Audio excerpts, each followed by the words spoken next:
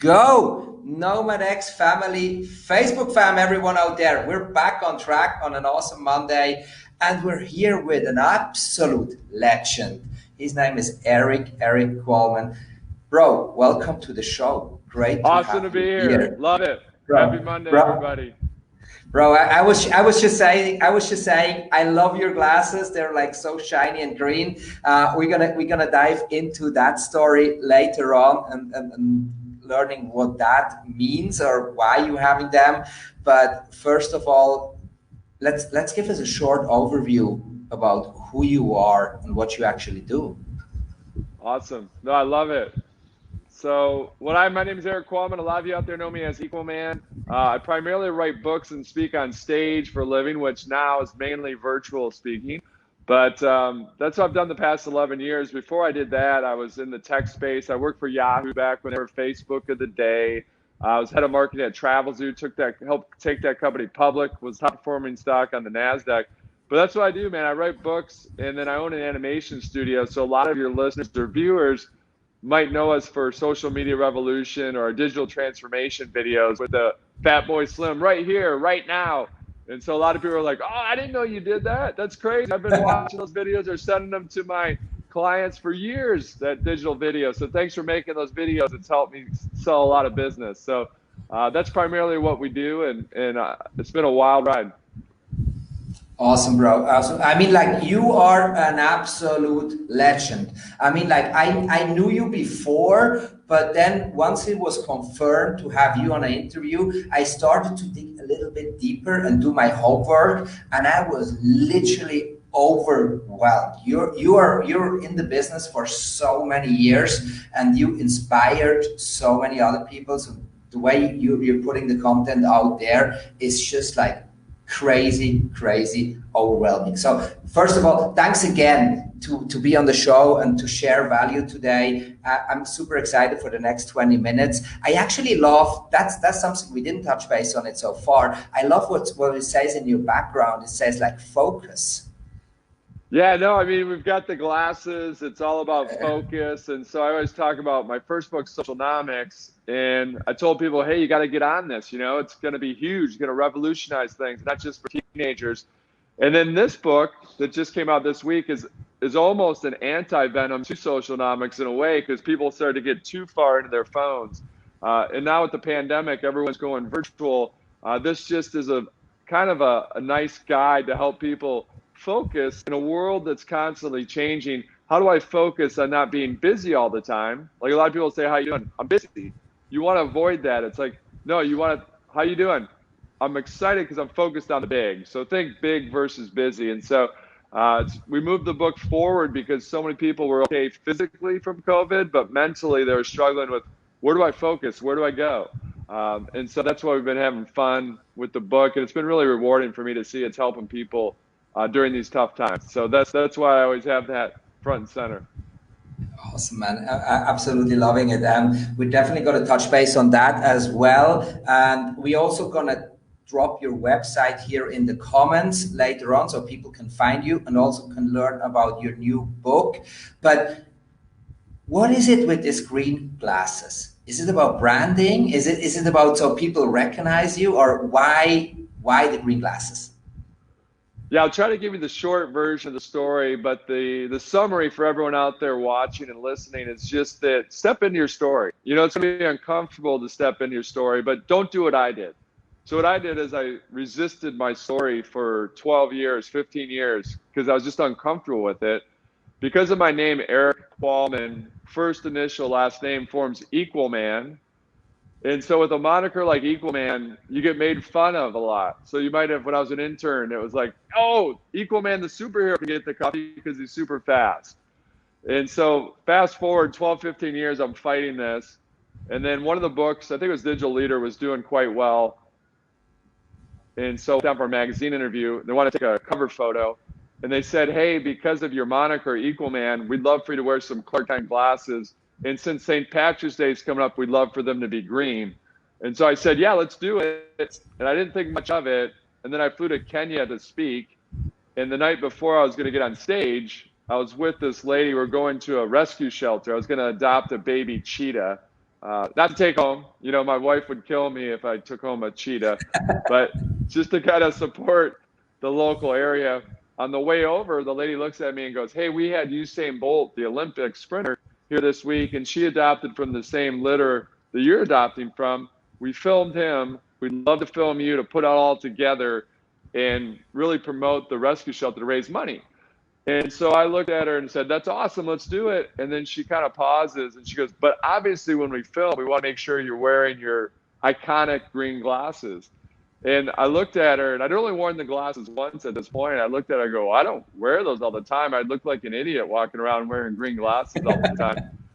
And then the look on her face, I never wanted to see it again. So now for the past decade, I've been wearing, or probably about 5 to 8 years, been wearing these green glasses. And it's, to your point, it's helped branding, you know, it's helped everything. And it wasn't overnight. So that's why I tell people, I'm telling this story because I think all of us are in the same movie, but we're different actors and actresses. So the reason I'm telling this story is because all of you are kind of living the same thing. Is that some of you have stepped into your story, some of you haven't. And I'm telling you, step into it. It's going to be super uncomfortable at first, but it's the most comfortable place you can be.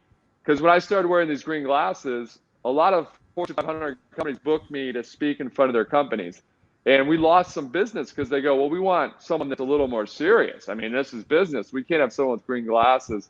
But long term, it's actually helped our business because we lose some deals, but you never want to be in the middle.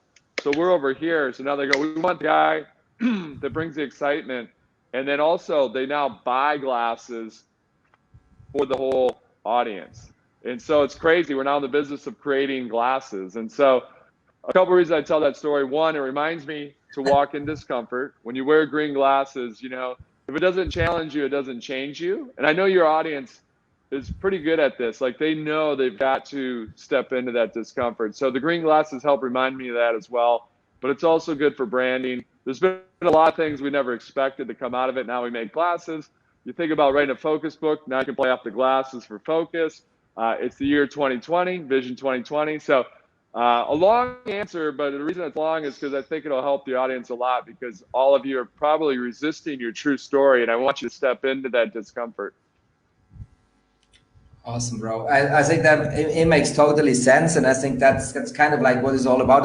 It's also what I experienced for myself, you know, like, just like, be yourself, be very authentic, so people will remind you. And I think that's what it's all about these days. You have to stand out on social media. You have to make sure people do remind you. I probably do it more with my tattoos and all my shitty lifestyle and all that stuff that goes along with. And you do it with the green glasses. So that's like, that's awesome, bro. Let me switch gears. Let me switch gears a little bit. The topic of today: deepen relationships in a virtual world. What does that mean to you? To me, it means, so normally I'm Flintstones, Jetsons. These are old cartoons. So those that haven't watched them, you've got Flintstones, which is kind of old school. You got Jetsons, which is new school. And so I always say, hey, digital leaders all understand that it's really about the combination of the two, Flintstones and Jetsons. Now, with the shift in the pandemic, we've been forced to go all Jetsons. But as we return more to a new normal, you want to have that balance. You can't replace that face-to-face. And so the key is, when time and distance are an issue, use the digital. But when you can take the time to have a physical contact, do it. But obviously with your listeners, and also with the new age, and also with the pandemic, when you go full Jetsons, it's really about developing those relationships. And so success doesn't happen alone. So you're probably wondering, okay, got that, understand that, makes sense. How do I do it? So there's a lot of ways to do it. The easiest way to do it is for your audience, starting today, 3 minutes, just put in 3 minutes in your calendar to post it forward. So this is taking the selfie mentality and doing an unselfie. And so it's something I know that you practice. It's just shining the light on other people. So go out there. If your favorite tool is TikTok, Instagram, Twitter, it doesn't matter. You go, here's 3 people that you should follow because they're great thought leaders. Or there's 3 people that are doing great stuff in the community. Or 3 people I respect. Or maybe like LinkedIn, you go and endorse someone for a skill that hopefully they actually do have, but go and endorse them on LinkedIn for a skill that they have. Hopefully they have it. And just, even it might be old school. You might just send a quick note to someone that says, hey, I read this article. And I know you enjoy this topic. And so I'm thinking about you when we can't get together. And so that's what it means to post it forward. Do it 3 minutes a day. And you're basically networking before you need the network. The worst time to network is when you actually need the network. And people that don't tune into this show don't understand that, because they network only when they need the network. They kind of, and you probably have this happen to all of you out there in the last 3 months. You had someone you hadn't heard from in years reach out to you, and you go, okay, what do they want? And then sure enough, they wanted something, and they haven't been networking before they need the network. So try it today, post it forward, just carve out 3 minutes a day to kind of shine the light on somebody else. Is that kind of like what is all about? Because I've been like, I've always been like an offline person, and then I became an online person, and I kind of like always struggled to find kind of like that balance. And I've been like teaching and preaching all about what it takes, you know, like, because once you close that laptop and everything is gone, and then you open it up again, and it's kind of like this, like you don't have that same amount of respect anymore. So should we just learn and understand what it takes to show the same gratitude on an online base? Yeah, it's exactly right. It's really making sure that you do that. Like you said, you're an offline person and you're an online person. I always say it's that harmony coming together. So instead of balance, think harmony. So this is what that looks like. So in the United States, a big holiday is Thanksgiving. I know that's unique to the United States, but there's unique holidays to each country that you live in. But for us, it's Thanksgiving. And so I always write my thank you cards. Everyone sends, in the United States, they send Christmas cards. And so you mentioned earlier, in order to stand out, you need to do something that's outstanding, right? Right. And so we send our cards to our partners and our friends on Thanksgiving instead of Christmas.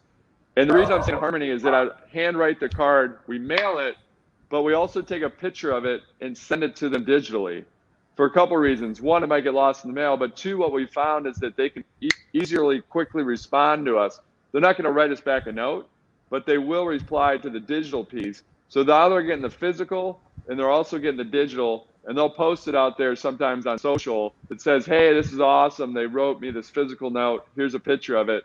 And so that's what I mean by harmony. And so it's kind of that offline, online coming together. So it's all about bringing these pieces together and making kind of like a very healthy mix out of it, which I couldn't agree more on it. I think that's kind of like the way we should definitely go with it. And it's kind of like, yeah, it's the magic sauce at the end of the day, because I'm always like, you should not treat someone different because we're online. It's the same like we are offline, right? I've been doing my homework about you, bro, and you had that one thing where it's like, and I've been really fascinated about that, where it's like, what happened in Vegas stays on YouTube. Is that? It's sorry, yeah, keep going.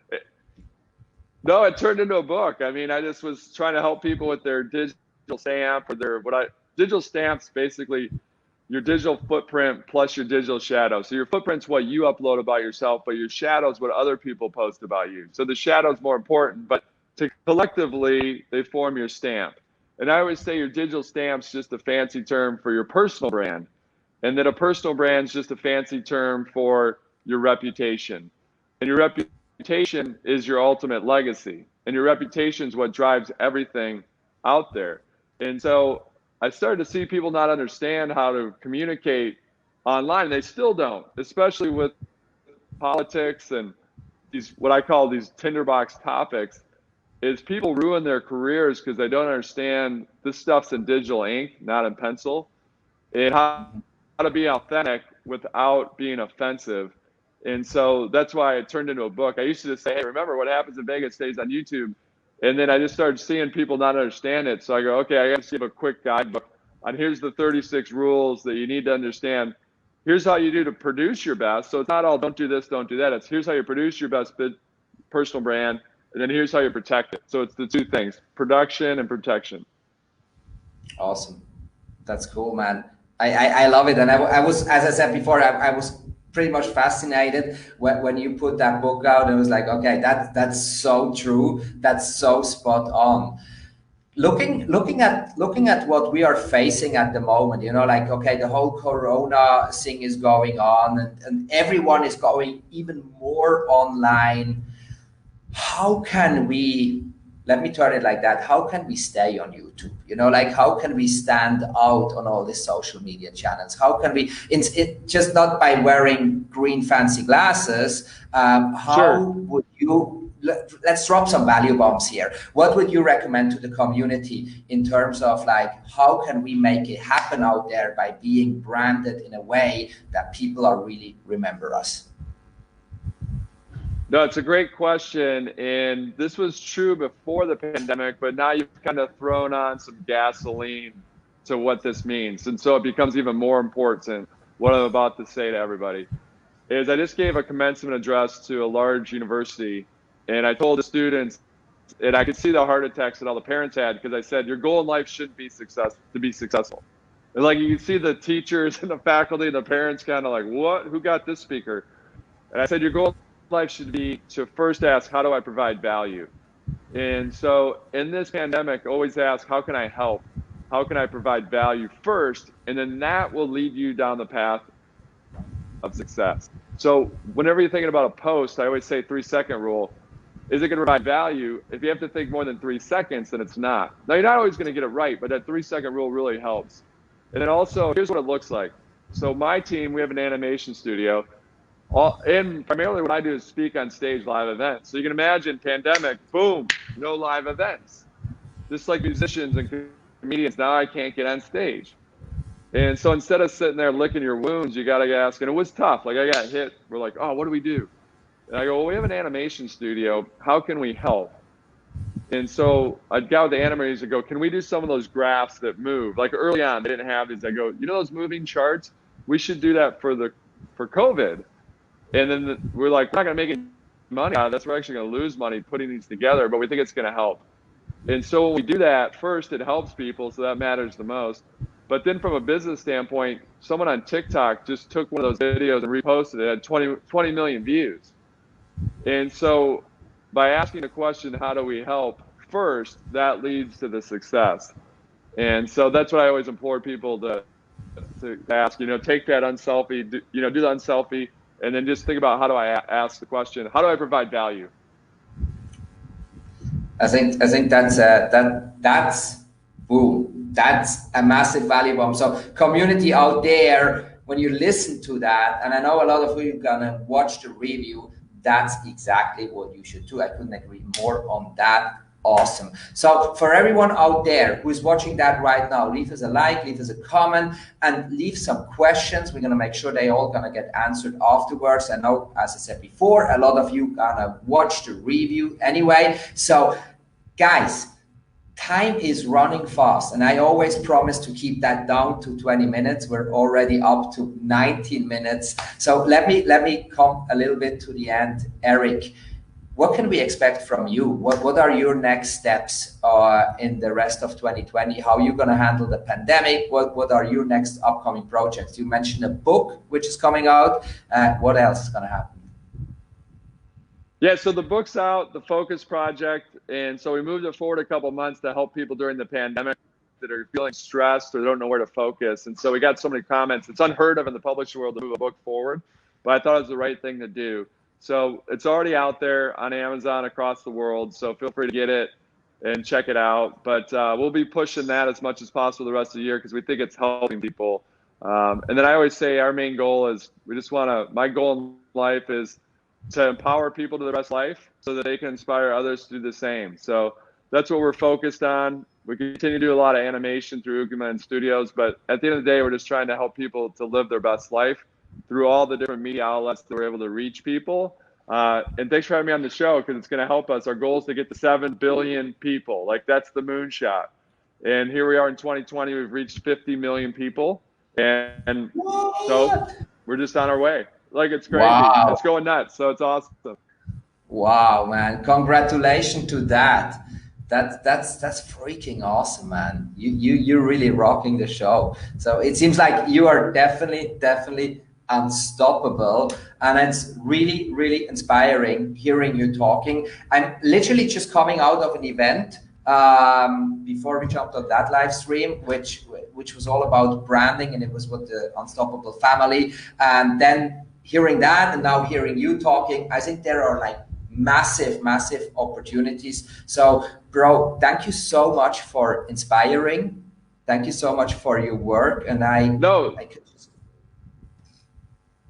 thank you, man. Sorry. Man, I love it. I love it. And we're only unstoppable because it's not me, it's our community. It's everyone. It's you. It's everyone that makes it happen. So I say that you all are unstoppable because we're just here to help. So that's great. I love it, man. Thanks for having me on here. It's awesome. Thank you very much for participating. Thank you very much for dropping the value bombs. Community, that's Erik Qualman. He's dropping the value bombs and he has the green glasses. And I need to say, your teeth are as least as white as your headphones. So that looks fucking freaking amazing. It's the lighting. It's the lighting. You got that. It's the lighting. It's all the lighting. I love it, bro. I love it. Absolutely awesome. Thank you so much for being a part. Gary B always says, Gary B goes, oh yeah, he's the guy with the teeth. Oh, does he? And I don't know if you know, but Gary B was on the show like a month ago, and we had him for 20 minutes. So awesome, bro. Thank you so much. Awesome. Yeah, he's great. Check his stuff out if you're out there. He's awesome. He's a great dude too. I mean, he's killing it. So it's great. Cool.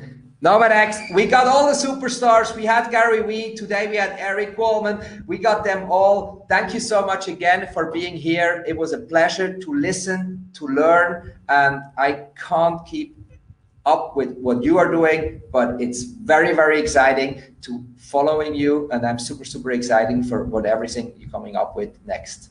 All the best to you, man. Thank you very much. Thank you, man. Have a great one. Keep rocking it. You too, bro. Talk soon. Bye-bye.